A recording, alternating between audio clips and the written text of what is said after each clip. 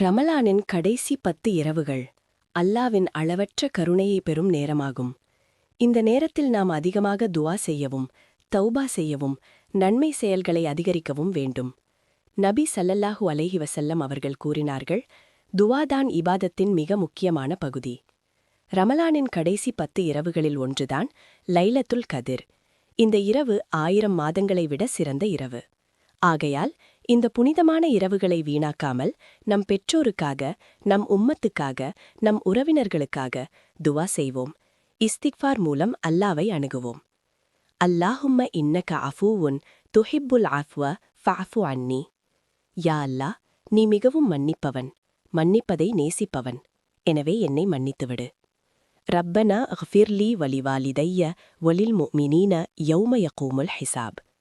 எங்கள் இறைவா, தீர்ப்பு நடைபெறும் நாளில் என்னையும் என் பெற்றோரையும் அனைத்து நம்பிக்கையாளர்களையும் மன்னிப்பாயாக.